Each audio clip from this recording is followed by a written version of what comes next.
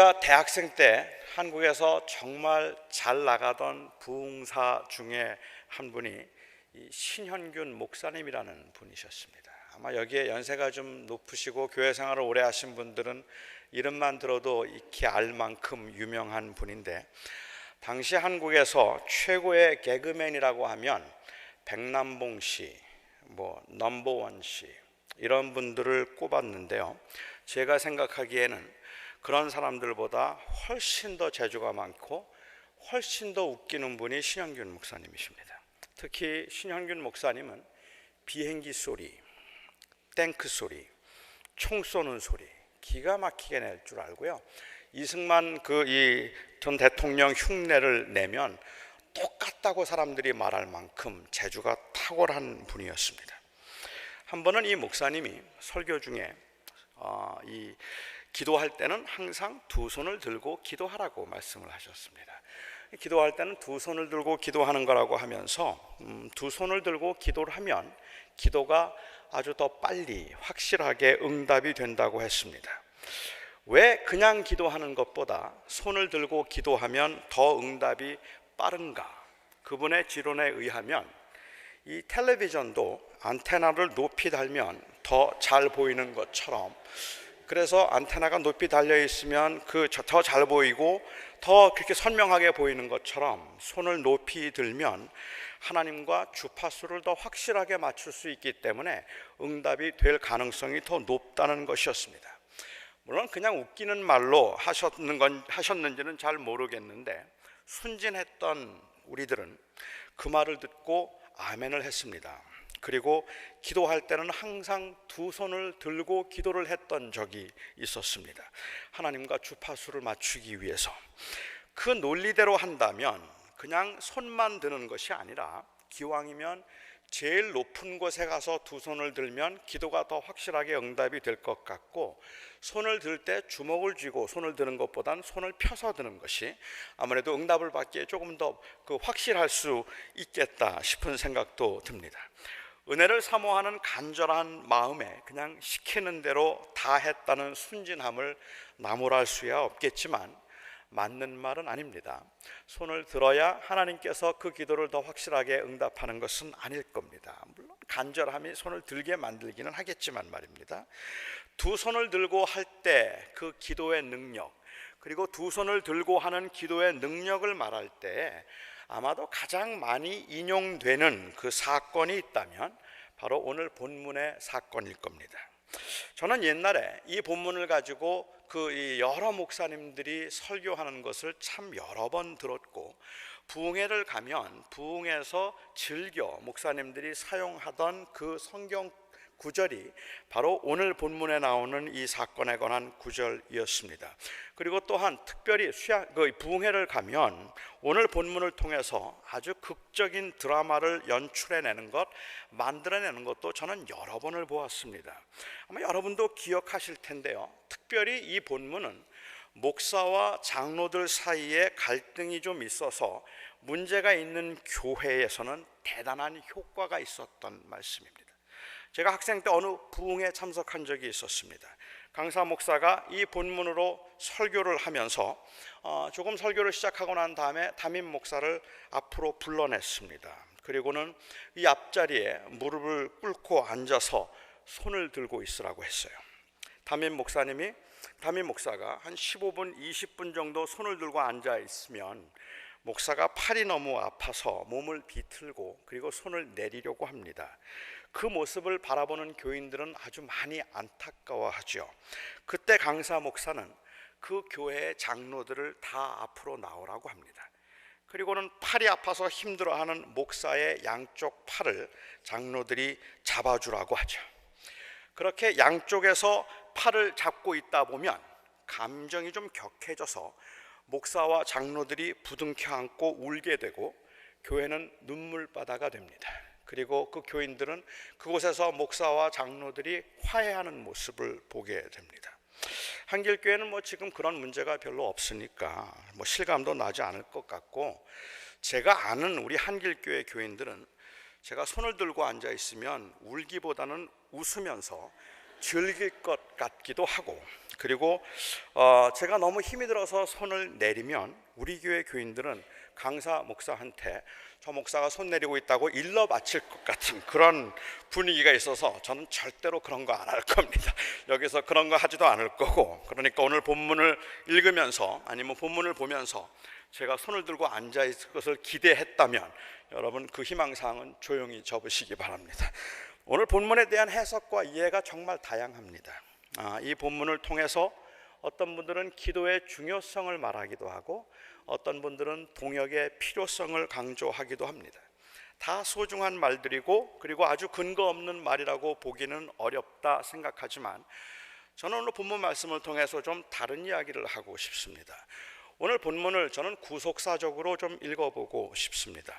이스라엘 백성들이 광야 생활을 하는 중에 무리바라고 하는 곳에 이르렀을 때 그들은 또다시 하나님을 원망했습니다.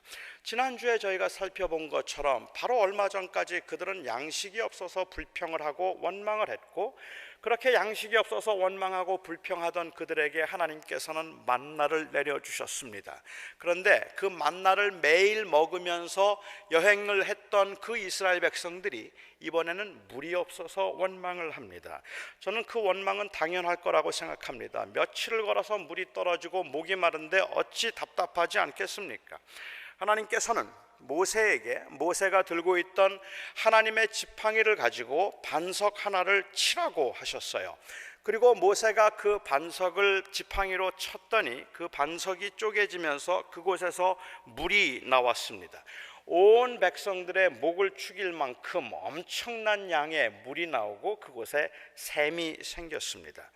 사도 바울은 고린도전서 10장에서 이 백성들에게 마실 물을 제공했던 이 반석이 곧 예수 그리스도를 가리킨다고 말을 했어요.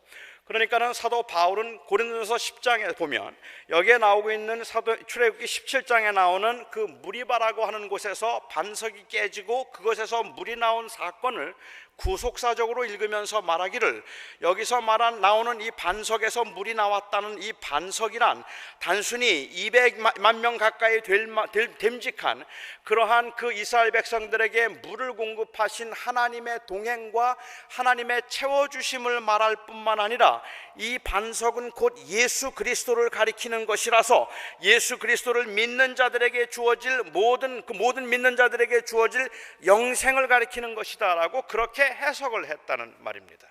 그렇게 이 반석에서 물이 나온 사건을 그리스도의 사건으로 해석을 했는데, 그렇다면 저는 오늘 이 사건도 같은 맥락에서 볼 수 있지 않을까라고 생각했어요. 그렇게 물을 마시고 난 직후에 이스라엘 백성들은 광야에서 처음으로 전쟁을 경험하게 됩니다. 당시에 유목민이었던 아말렉이 이 이스라엘 백성들을 공격해 온 것입니다. 원래 에서의 자손이었던 이 아말렉 족속은 그 이후에도 지속적으로 이스라엘을 괴롭히는데 하나님은 이 아말렉을 참 싫어하셨습니다. 하나님께서 왜 이렇게 아말렉을 유난히 더 싫어하셨을까? 여러 가지 이유가 있겠지만 저는 그 이유 중에 하나를 아말렉이 가지고 있던 그 잔인함과 무정함 그리고 불의함 때문이었다고 생각합니다. 아말렉은 처음 이스라엘을 공격할 때에, 다시 말씀드리면 이스라엘과 아말렉이 처음 전쟁을 하고 이스라엘이 처음 전쟁이라는 것을 경험할 그때에 이 아말렉 족속은 이스라엘의 긴 행렬에 후미를 공격했다고 했습니다. 뒤를 친 겁니다. 그런데 신명기 25장을 보면 하나님께서는 이스라엘 백성들에게 아말렉이 이스라엘 백성들의 후미를 공격했던 사실을 절대로 잊지 말라고 말씀을 하셨어요. 도대체 왜 그렇게 하셨을까? 그 이유가 거기에 잠깐 설명되어 있는데 그 내용을 보면 당시의 긴 여정 때문에 이스라엘 백성들이 너무 지쳐 있었습니다. 이들은 그렇게 전쟁에 대한 긴장은 아직 없었어요. 전쟁을 한 적이 없었으니까.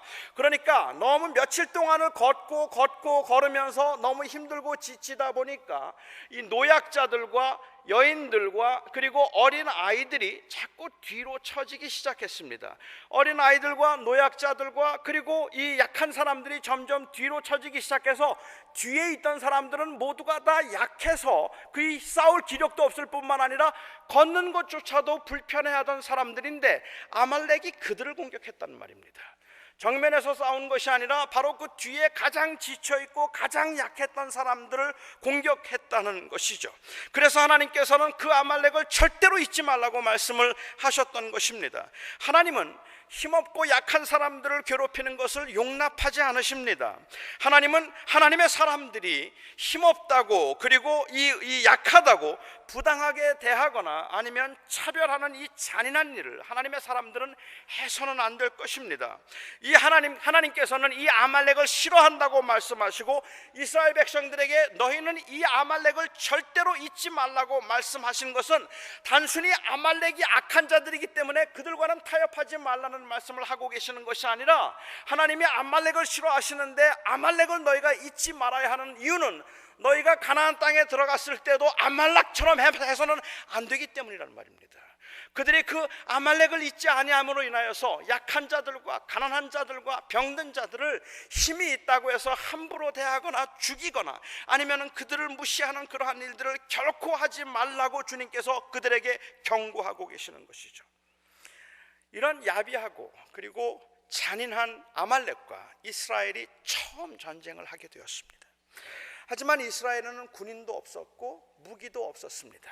어떤 학자들은 말하기를 이스라엘 백성들이 출애굽하면서 광야에서의 전쟁을 미리 예견하고 그래서 그 애굽 사람들의 그 무기를 가지고 나왔다고 말하는 사람도 있습니다만 글쎄요, 뭐 그런 짐작이 아주 불가능하지는 않겠지만 그런 근거는 사실 성경에서 찾아보긴 어려울 것 같아요.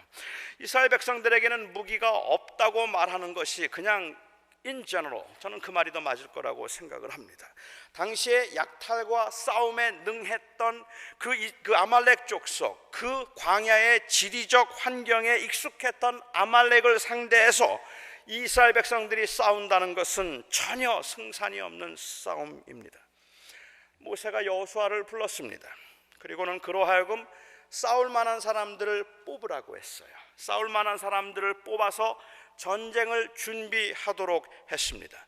그래서 여호수아가 싸울 만한 사람들을 뽑았고 무기가 될 만한 것들을 가져다가 그들을 무장했습니다. 여러분, 이 모든 일들이 얼마 걸렸는지 아십니까? 하루 만에 된 일입니다. 하루 만에 된 일입니다. 어떻게 하루 만에 군인들을 소집하고 군대를 만들 수 있습니까? 이렇게 군대가 만들어졌다는 말은 이들이 오합지졸이라는 의미일 겁니다. 이스라엘 백성들은 전혀 전쟁을 준비하지 않은 상태에서 싸울 만한 그러한 어떤 조건도 갖추지 못한 상태에서 첫 번째 전쟁을 치룰 때 모세는 여호수아를 전쟁터에 보내고는 자기는 여호와의 지팡이를 가지고 산 꼭대기로 올라갔습니다. 그리고 여호수아가 그의 군대가 아말렉과 전쟁을 하는 동안에 모세가 손을 들면 이스라엘이 이겼고 모세가 손을 내리면 이스라엘이 지고 아말렉이 이겼습니다. 여러분은 이 전쟁을 어떻게 이해하십니까? 어떻게 생각하십니까? 제대로 무장도 하지 못한 채 목숨을 걸고 싸우고 있는 이스라엘 백성들, 그런데 산 꼭대기에서 모세가 손을 들면 이스라엘이 이기고 모세가 손을 내리면 이스라엘 백성들이 지는 이 싸움, 결국은 그 싸움의 승패가 지금 피를 흘리고 있는 그 이스라엘 백성들에게 있는 것이 아니라 여호수아의 칼에 있는 것이 아니라 모세의 손에 달려 있다면 여러분은 이 전쟁을 어떻게 이해하시겠는가 말입니다. 사실 저는 이 부분이 이해가 되지 않습니다. 이 방법은 지금까지 하나님께서 사용하셨던 방법이 아닙니다. 이스라엘 백성들이 홍해를 건널 때 하나님께서는 모세에게 홍해를 향하여서 지팡이를 내밀라 하셨고 그때 홍해가 갈라지고 이스라엘 백성들이 건너갔고 그리고 모세가 다시 지팡이를 내밀었을 때 홍해가 다시 합쳐지는 바람에 애국 군인들이 다 죽었습니다. 우리가 아는 바입니다. 하지만 그 홍해가 갈라져 있도록 하기 위해서 모세가 지속적으로 손을 들고 있었던 적은 없었습니다. 아니, 그뿐만 아니라 모세는 손을 손을 들고 있고 여호수아는 그 군대를 데리고 나가서 애굽과 싸우는 동안에 나머지 이스라엘 백성들이 홍해를 건너도록 하신 것도 아니었습니다. 그들이 물이 없어서 힘들어할 때 하나님께서는 이스라엘 백성들에게 땅을 파고 샘을 찾으라고 말씀하시고, 그러는 와중에 모세의 지팡이로 반석을 쳐서 물이 나오게 하신 것이 아니었단 말입니다. 다시 말씀드리면 이스라엘 백성들은 지금까지 아무것도 한 것이 없었습니다. 그들은 하나님께서 그 백성을 건져내심에 있어서 그 모세도 여호수아도 다 하나님이 하신 일을 보았을 뿐이지 그들이 이스라엘 백성들이 한 일은 아무것도 없었단 말입니다. 바꿔 말씀드리면 이 사건도 그렇게 하면 되지 않겠습니까? 하나님께서는 모세를 통하여서 모세가 산 꼭대기에 올라가서 그냥 지팡이를 들면 이스라엘 백성들의 아말렉 사람들이 정신이 혼미해져서 서로 자기를 쳐서 죽이고, 그리고 손이 내려오면 그러면 그들이 다시 정신을 차리는 이 일을 통해서라도 하나님은 전쟁에 승리하실 수 있는 것 아닙니까? 싸울 수도 없는 사람들, 싸울 기력도 없는 사람들, 싸울 만한 준비도 되어 있지 않은 사람들을 여호수아로 하여금 군대를 만들어서 그들과 대적하게 하시고, 그리고 모세가 손을 들면 이기고 손을 내리면 그러면 지는 이 사건은 도대체 지금까지 하나님께서 이스라엘 백성들을 인도하신 방법과는 너무 달랐다는 말입니다. 하지만 이번에는 이스라엘이 전쟁에 동참하도록 하셨고 모세가 손을 드는 수고를 통해서 전쟁을 승리하게 하셨습니다. 그렇게 팔을 들고 서 있는 것이 모세에게는 너무도 힘이 들었습니다. 산에 함께 올라갔던 아론과 훌이 돌을 가져다가 모세를 앉도록 하고, 그리고 두 사람이 양쪽에서 해가 지도록 모세의 양팔을 들어 올리고 있어서 전쟁에 승리할 수 있었습니다. 하루 종일 팔을 들고 서 있었다면 모세도 팔이 아팠을 것 같고, 옆에서 모세의 팔을 붙들고 있었던 아론과 훌도 너무 힘들었을 겁니다. 훌은 정확하게 어떤 사람이었는지 여러 가지 의견들이 있지만 아론만 하더라도 나이가 83세인데 83세의 노인이 종일 서서 그 팔을 붙들고 있었다면 이것도 보통 힘든 일은 아니었겠다는 생각이 들어요. 모세가 팔을 그렇게 들고 있었기 때문에 그 모습을 기도하는 모습이라고 그렇게 이해할 수 있겠다고 생각합니다. 또한 모세가 하나님의 명령에 순종해서 팔을 들고 있으므로 하나님을 의지함이 바로 기도와 같다라고 말한다면 그렇게 볼 수도 있겠다고 생각합니다. 하지만 저는 모세가 손을 들고 있는 모습에서 기도하는 모습을 보기가 어려울 뿐만 아니라 전쟁의 승리의 원인을 지도자의 기도에서 찾으려고 하는 것은 적어도 본문의 의도는 아니겠다 싶습니다. 지도자의 기도가 얼마나 중요한지 모르는 바 아니고, 그리고 동역의 필요를 모르는 바 아니지만, 그럼에도 불구하고 오늘 말씀을 통해서 저는 모세가 담임 목사를 가리키고 아론과 훌은 장로들을 가리켜서 목사가 목회를 할 때 장로들이 잘 붙잡아 주고 도와주면 교인들이 영적인 전쟁에서 승리하고 교회는 부흥하게 될 것이라는 것은 본문을 통해서 하나님께서 말씀하시려고 하는 의도가 아니었다는 겁니다. 그러니까 기도의 중요성을 말하는 건 저는 인정합니다. 그리고 동역의 필요성도 꼭 필요합니다. 오늘날 그 교회에서 설교자들의 설교의 문제 중에 하나가 무엇인가 하면 right teaching with wrong text잖아요. 그러니까는 우리가 본문이 사실은 그 말씀을 하고 있지 않은데도 우리는 그것을 통해서 그냥 그렇게 가르치면 그것을 합리화시키려고 할 때가 있는 것 같은데, 제가 보기에는 이 말씀은 그렇게 보면 안 될 것 같아요. 저는 이렇게 이해했습니다. 모세가 손을 높이 들 때 승리를 한 것은 그것은 하나님의 주권적인 섭리입니다. 모세가 손을 높이 들고 있는 것은 하나님께서 친히 지금 그들을 위해서 싸우고 계시다는 것을 보여주고 있는 겁니다. 전쟁을 묘사하면서 여호와께서 손을 드셨다는 그 표현은 성경에서 자주 볼 수 있는 표현이고, 여호와께서 손을 드심으로 승리하셨다라는 그러한 표현은 우리가 시편에서는 쉽게 볼 수 있는 표현입니다. 여호수아가 칼을 들고 모세가 손을 들었지만 실제로 전쟁을 가능하게 하시고 승리를 가능하게 하신 분은 하나님이십니다. 하나님이 친히 싸우셨습니다. 그래서 모세는 전쟁이 끝난 후에 그곳에 단을 쌓고 그 이름을 여호와 니시, 여호와의 깃발, the banner of Jehovah라고 그렇게 했습니다. 여호와께서 아말렉과 싸우셨다는 말입니다. 아니, 그 말을 나중에 설명할 때 조금 더 구체적으로 설명하여 말하기를, 이는 여호와께서 아말렉과 싸우실 것이고 끝까지 아말렉과 싸우실 것이기 때문에 이 이름을 여호와의 깃발, 여호와께서 싸우셨기 때문에, 여호와께서 승리하셨기 때문에 여호와의 깃발, 여호와의 니시라고 그렇게 불렀다고 설명을 하고 있습니다. 저는 여호와의 이 지팡이를 높이 들고 있는 모세의 모습에서 목사가 보이기보다는 그리스도가 보입니다. 저는 이 모습에서 목사를 보기보다는 그리스도를 보아야 한다고 저는 생각합니다. 십자가에 달리심으로 악의 권세를 이기시고 사탄의 머리를 깨뜨리신 예수님의 모습을 보아야 한다고 생각합니다. 여기서 모세는 목사를 상징하기보다는 오히려 그리스도를 상징한다고 저는 생각합니다. 모세가 연약해서 아론과 훌이 팔을 붙잡아 주어야만 모세가 손을 들 수 있었고, 그렇게 손을 들 수 있으므로 여호와의 깃발을 올릴 수 있었습니다. 예수 그리스도가 그 고통과 하나님의 저주를 감당하기 힘든 것이었지만, 그럼에도 불구하고 십자가에 높이 달리시는 그 고난을 통하여서 그 백성들을 구원하시는 하나님의 승리를 가능하게 만드셨다는 말입니다. 그 반석이 바로 예수 그리스도를 의미한다면, 바로 그 여호와의 깃발을 의미하고 있는 것도 역시 예수 그리스도를 의미해야 한다고 저는 생각합니다. 그러니까는 이 사건은 그리스도의 사건입니다. 만일 그렇다면 저는 이 사건을 통해서 두 가지 교훈을 생각해 보고 싶습니다. 하나는, 구원의 근거는 우리의 능력이 아니라 하나님의 능력이라는 것입니다. 승리를 가능하게 한 것은 여호수아의 용맹이나 이스라엘 백성들의, 아니면 이스라엘 군대의 전술이 아니었습니다. 여호수아가 용맹하게 싸울 때 이긴 것이 아니라 모세가 손을 들 때에 이겼습니다. 아말렉의 전혀 상대가 되지 않는 이스라엘 군대가 사력을 다한다고 해서 아말렉을 이길 수 있는 전쟁이 아닙니다. 그것은 처음부터 될 수 없는 전쟁이기 때문입니다. 모세의 팔이 들려야만 이기는 전쟁이라는 말입니다. 우리의 노력으로 되는 것이 아닙니다. 우리는 아무리 애를 써도 성화를 이룰 수 없고 온전해질 수 없습니다. 우리는 아무리 노력을 하고 아무리 가진 힘을 다 쓴다고 할지라도 이 죽음의 문턱을 넘어갈 수가 없습니다. 아무리 힘을 써서 재물을 모으고 스펙을 쌓는다고 해도, 만반의 준비를 갖추어서 이제는 행복하다 말할 수 있을 것 같아도, 절망스러운 인간의 결국을 피해갈 수도 극복할 수도 없는 것이 인생입니다. 그래서 예수님께서 오셨습니다. 그리고 우리를 대신해서 하나님의 저주를 받으심으로 그를 믿는 모든 자들에게 생명의 길을 열어주시고 구원하셨습니다.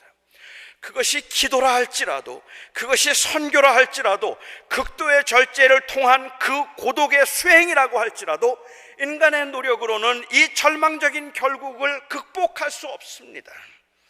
오직 예수 그리스도의 은혜라야만 가능합니다. 교회 생활을 열심히 한다고 되는 것도 아니고, 선행을 많이 쌓는다고 되는 것도 아닙니다. 우리의 모든 노력은 마치 여호수아의 칼과 같아서 그 칼로는 절대로 아말렉을 이길 수 없습니다. 모세의 팔이 올라갈 때에만 여호수아가 이길 수 있었고, 모세의 팔이 올라갈 때에만 여호수아의 칼이 의미가 있었습니다. 전쟁의 승리는 예수에게 있는 겁니다. 전쟁의 승리는 바로 그 하나님에게 있는 것입니다. 모든 영적 전쟁의 승리는 결국은 예수님에게 있는 것입니다. 제가 이 사건을 통해서 얻을 수 있는 또 다른 하나의 교훈이 있다면, 그럼에도 불구하고 여호수아는 아말렉과 싸워야 했다는 것입니다. 모세의 팔이 올라가면 여호와의 군대는 뒷짐지고 있었던 것이 아니고, 그냥 가만히 있으면 되는 것이 아니라 더욱 맹렬하게 아말렉을 공격해야 했습니다. 전쟁의 승패가 그들에게 달려 있는 것이 아니라서 그들의 노력은 무의미한 것이라 말할 수 없었습니다. 그러니까 모세의 팔이 들려야만 이기는 것이기 때문에, 그래서 그 다른 군대는, 이 여호수아의 군대는 아무것도 하지 않아도 된다는 말은, 그것은 맞는 말이 아니었다는 말입니다. 저는 오늘 본문의 아말렉과의 전쟁의 모습을 보면서 우리 영적인 싸움의 실체를 이해하는 데 도움이 될 것이라고 생각합니다. 우리는 매일매일 우리의 삶의 현장에서 하나님의 주되심을 인정하고 하나님과 동행하기 위해서 정말 무진 애를 씁니다. 그런데 우리 자신의 모습을 보면 한심하다 싶을 만큼 우리가 너무 무기력합니다. 이 세상에서 영원한 하나님의 나라를 소망하며 살아가는 하나님의 사람으로 산다는 것이 이게 과연 가능이나 한 것일까 싶을 만큼 세상의 유혹과 영향이 너무 강하고, 그리고 우리의 믿음은 정말 보잘것이 없습니다. 이럴 때 우리가 이와 같이 예배를 하면서 마음을 다잡고, 아니 그래도 반드시 할 수 있을 것이라고, 우리는 승리할 수 있을 것이라고, 우리는 기어코 이 영적인 싸움에서 승리하여서 거룩함을 이룰 수 있을 것이라고 그렇게 생각하는 것만큼 무모하고 무의미한 일이 없습니다.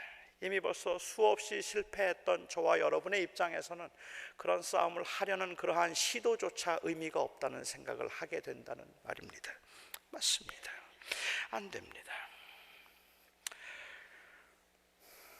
우리로 하여금 다시 일어서게 만드는 힘은 우리의 능력이 아닙니다. 우리의 의지가 아닙니다. 우리가 한번 한다면 마음 잡고 한번 해보자는 그러한 우리의 기도의 힘이 아닙니다. 우리로 하여금 다시 일어서게 만드는 힘은 예수 그리스도의 십자가입니다. 그 십자가의 힘 말고는 우리를 일어서게 할 수 있는 게 없어요. 십자가에 달린 예수 그리스도를 보면서 우리는 기어코 승리할 것임을 확인하고, 그 십자가 때문에 다시 일어나서 아말렉을 향해 나아가는 것입니다. 하나님께서 친히 우리를 위해서 싸운다는 사실은 우리를 무기력하고 무책임하게 만드는 것이 아니라 오히려 우리로 하여금 다시 일어서게 만들고 다시 달려가게 만들기에 충분한 것입니다. 하나님이 싸우시기 때문에 싸우지 않아도 되는 것이 아니라 하나님이 싸우시기 때문에 우리가 싸울 수 있는 겁니다. 하나님께서 이기셨기 때문에 우리가 나가는 것이지, 우리가 이길 수 있기 때문에 나가는 것이 아니라는 말입니다. 우리가 교회 생활을 열심히 하고 하나님 앞에서 범죄하지 않기 위해서 최선을 다하고 약하고 힘든 사람들의 편에서 정의롭게 살려고 하고 눈에 보이는 것들의 가치를 두려고 하기보다는 오히려 하나님의 성품의 가치를 두고 살려는 모든 노력이 의미가 있는 것은 바로 십자가를 통한 하나님의 승리 때문이라는 말입니다. 그것을 통하여서 우리가 승리를 얻고자 함이라면 아무도 자신 없어서 아무도 노력조차 하고 싶지 않을 것입니다. 여호와 니시, 하나님의 깃발이 높이 세워졌습니다. 이제 우리는 믿음의 주요 온전케 하시는 예수 그리스도, 우리의 승리가 되신 그 예수 그리스도를 바라보며 낙심하지 말아야 하고 피 흘리기까지 죄와 싸워야 할 것입니다. 우리가 낙심한 것은 여호와의 깃발이 내려왔기 때문이 아니라 우리가 우리의 능력을 보았기 때문이거나, 아니면 주님께서 우리로 하여금 우리의 주변에 있는 환경을 보게 했기 때문에 그럴 겁니다. 예수님께서 우리를 위해서 죽으셨습니다. 그리고 승리하셨습니다. 이 전쟁의 승리는 우리의 힘이 아닌 그리스도의 은혜, 그곳에 전쟁의 승리의 원인이 있었습니다. 십자가에 달리신 그 예수 그리스도, 우리를 위해서 죽으신 그 예수 그리스도를 우리가 바라볼 수 있을 때, 그때 우리는 아말렉을 향해 나아갈 수 있단 말입니다. 그때 우리는 영적인 싸움을 또다시 한번 인게이지 해볼 수 있다는 말입니다. 저는 주님께서 저를 부르셔서 안식하게 하실 그날까지 이 승리하신 그 십자가만 붙들고 가고 싶습니다.